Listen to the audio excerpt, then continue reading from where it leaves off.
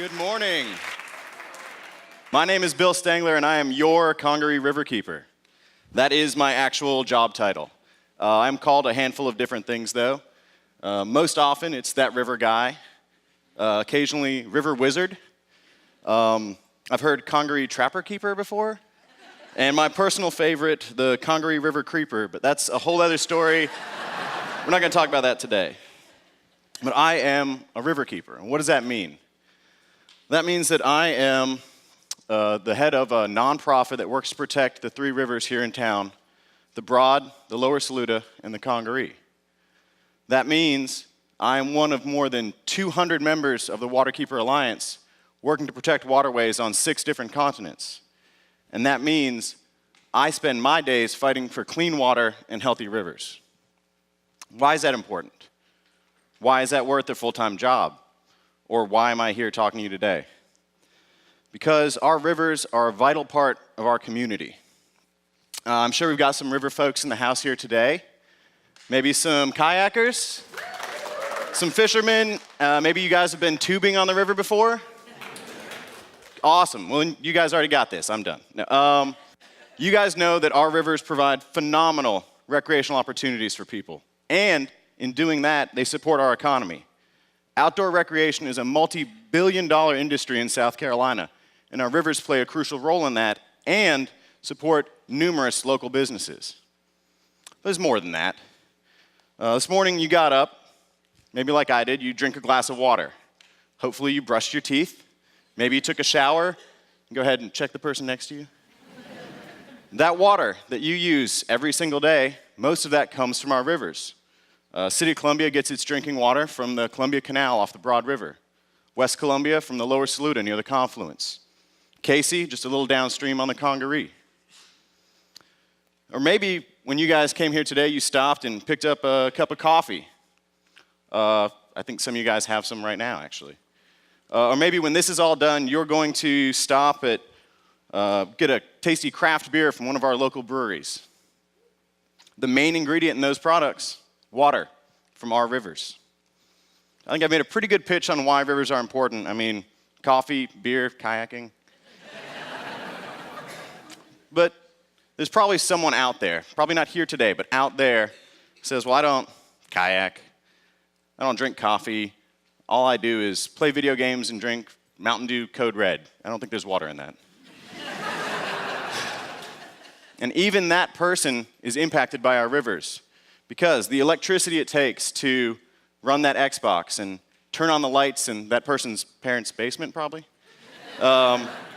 is tied to our rivers, whether it's produced at one of the many hydroelectric facilities, like the Lake Murray Dam, the Columbia Canal, or the Parr Fairfield hydroelectric projects on the Broad, or produced at one of the facilities that uses cooling water from our rivers, like the VC Summer Nuke Station upstream on the Broad. The electricity you use every day in your life is tied to our rivers. So our rivers play a role in our everyday lives. They're an important part of the history of our region. The reason the city of Columbia is where it is because of our rivers. The reason this region grew the way it did is because of our rivers. And they're going to play an important role in the future of this region. But we have to embrace them, and we have to develop them the right way. I want to take a minute here to talk about the basic, fundamental philosophy of Congaree Riverkeeper and really every waterkeeper organization working around the globe. And that's this one idea, that water is a common good, that these rivers and streams, lakes and bays belong to each and every one of us, and that no one person or one entity has the right to damage them so the rest of us can't use them. This idea, it's not a liberal idea or a conservative idea. It's not a radical idea. I'm going to say that one more time because apparently there's been some confusion about this in the past. This is not a radical idea. And it's not a new idea. It's something you can actually trace through history. You can see this concept in things like the Federal Clean Water Act, passed in 1974. It says the waters of the United States belong to its citizens. And it goes further and says, you as citizens have the right to protect those waters by taking legal action. something my organization did for the very first time last week when we filed a Clean Water Act lawsuit against a polluter. But it goes back further than that. You can go back to the Rivers and Harbors Act of 1899, where it became illegal to foul the country's waters so that citizens couldn't use them. But this isn't just a uniquely American idea. You can see it in historic documents like the Magna Carta. Or you can go back one step further to Roman Justinian law. Jus fluvium, the right to the river. So, this idea that I'm talking about, that water is a common good, is deeply ingrained in human history, and a tradition I'm proud to carry on today. But, because there's always a but, these rivers only belong to you to the extent that you're willing to stand up and claim them and take ownership.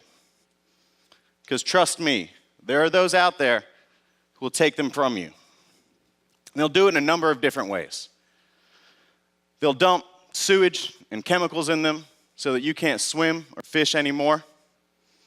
Maybe they'll build a fence around them, tell you can't go to the river anymore. Maybe they'll spill coal ash in it, tell you it was an accident. Or maybe they'll put a pipe in it, suck the river dry, and tell you it's the cost of doing business. And those people want nothing more than for you to look the other way, give up that ownership. And you need to stand up and say, no, these are my rivers. I want to ask you guys to do something. The next time you've got free time, a holiday, a weekend, just an afternoon maybe, go visit our rivers. Take a paddling trip, go fishing, go take a walk on the Greenway, or just find a spot and sit, listen, and immerse yourself. Because I know once you see the treasure we have right here in our own backyard, you're going to want to fight to protect it. So I'm going to ask you guys one thing right now. Who owns these rivers? We do. Damn right you do. Thank you very much.